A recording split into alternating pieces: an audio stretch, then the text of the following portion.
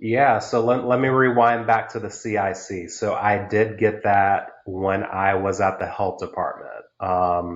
And again, there was a financial incentive involved with getting that.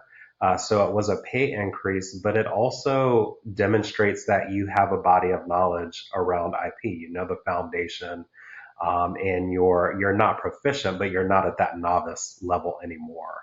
And actually, the mega surveys have shown that typically there's a $20,000 difference between a non-certified IP and a certified IP. Um, I don't know that there's any research behind this, but I think it's easier to land positions if you're certified. It shows, again, that you have that body of knowledge, and you probably have at least 2 years of good, solid IP experience, enough to be able to pass the exam and get certified. So I do support certification. I think it's very important. I think it's necessary for IPs to really demonstrate what you know and have that credential behind your name. I got the fellowship while I was working at Tampa General Hospital. Fortunately, again, because it's a large program, a well-resourced program, there was opportunity even for IPs to do research or be involved with research while there. And so I did have several opportunities to be a part of research projects and also to publish papers with being one of the authors. And so that was something that I was able to contribute towards using to earn my fellowship in APIC as well. So, um, I don't see fellowship or anything asked for in any job postings or anything like that, but it is certainly something that I leverage when I have an interview. I'll say not all IPs have this. This is what it means if you're not aware. It demonstrates that I've contributed to the field in these ways. And it kind of sets you apart from those that don't have it yet, even if they're in the progress of doing that. So again, I strongly encourage the certification. That's a no-brainer for every IP. But if you have the ability to get the fellowship, all the things you have to do to get that will prepare you for your next steps as an IP. So it kind of makes sense to want to obtain that fellowship status as well. Um, in terms of the leadership piece of it and why it's important to me. So I know you didn't ask me this question yet, but I did see it in the questions, preparing for this, is if there's one thing you wish you knew when you started versus what you knew now. I wish that I would have focused more on leadership earlier on in my career.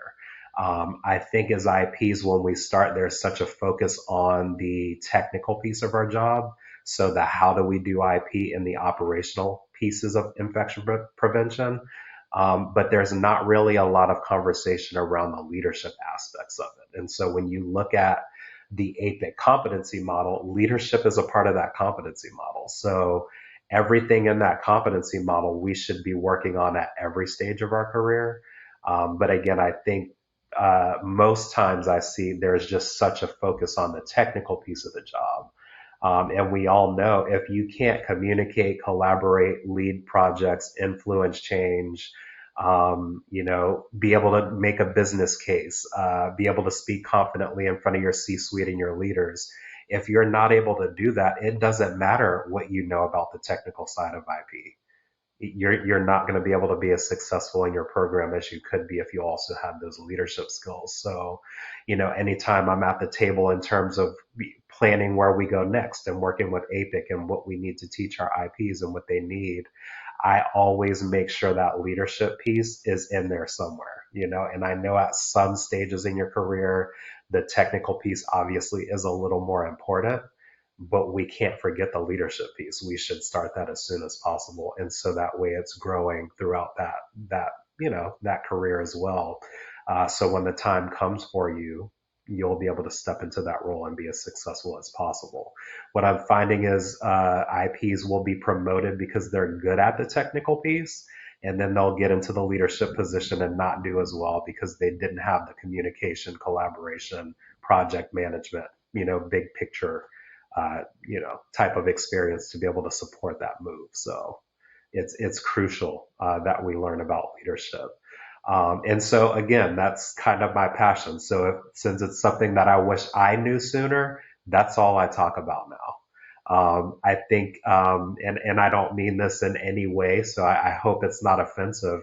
But I think it's easier to learn the technical piece of the job than it is to learn the leadership side of the job. And so I would say as soon as you can start developing yourself as a leader, understanding, what your predispositions are, how your personality is, and how that plays into how you lead, understanding your strengths and weaknesses and being able to compensate for your weaknesses, the sooner you can learn that about yourself and how to compensate, I think the more successful you'll be in your career.